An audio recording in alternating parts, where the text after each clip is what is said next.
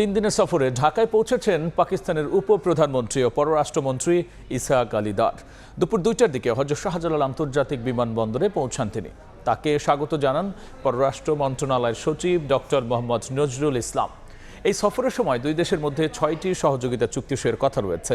আগামীকাল রাষ্ট্রীয় অতিথি ভবন পদ্মায় পররাষ্ট্র উপদেষ্টা তৌহিদ হোসেনের সঙ্গে দ্বিপাক্ষিক বৈঠক করবেন পাকিস্তানের উপপ্রধানমন্ত্রী। পরে বৈঠক করবেন প্রধান উপদেষ্টা ডক্টর মোহাম্মদ ইউনুস এবং বিভিন্ন রাজনৈতিক দলের নেতার সঙ্গে।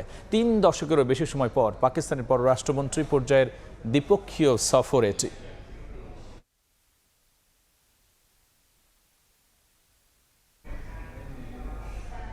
এই মুহূর্তে হযরত শাহজালাল আন্তর্জাতিক বিমানবন্দরের সামনে আছেন সহকর্মী মুরসালিন হক জুনায়েদ। সরাসরি যাচ্ছে তার কাছে।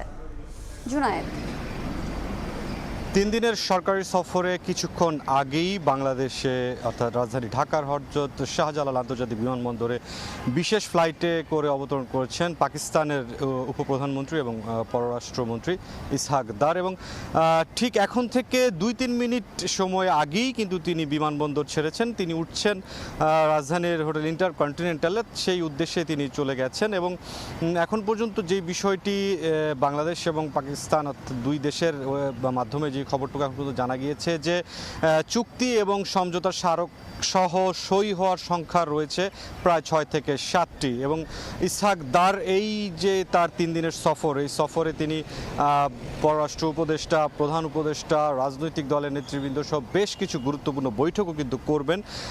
6 থেকে 7টি যেই চুক্তি এবং সমঝোতা স্মারকের কথা বলা হচ্ছে, তার মধ্যে সবচেয়ে গুরুত্বপূর্ণ যে বিষয়টি সেটি কিছুদিন আগেই অর্থাৎ গেল সপ্তাহের শেষ নাগাদ প্রধান উপদেষ্টার যে প্রেস উইং অর্থাৎ অন্তর্বর্তী সরকারের প্রেস সচিব শফিকুল আলম তিনি জানিয়েছিলেন যে দুই দেশের যে কূটনীতিক এবং গুরুত্বপূর্ণ যে ব্যক্তিরা রয়েছেন তাদের ভিসাবিহীন দুই দেশের যে সফর, সেই সফরের ক্ষেত্রে ভিসার যে নবায়ন বা ভিসা নেয়ার যে বিষয়টি রয়েছে সেটির অবলোপন করা হবে। অর্থাৎ ভিসা ছাড়াই দুই দেশের কূটনীতিক এবং গুরুত্বপূর্ণ ব্যক্তিরা উভয় দেশে যাতায়াত করতে পারবেন।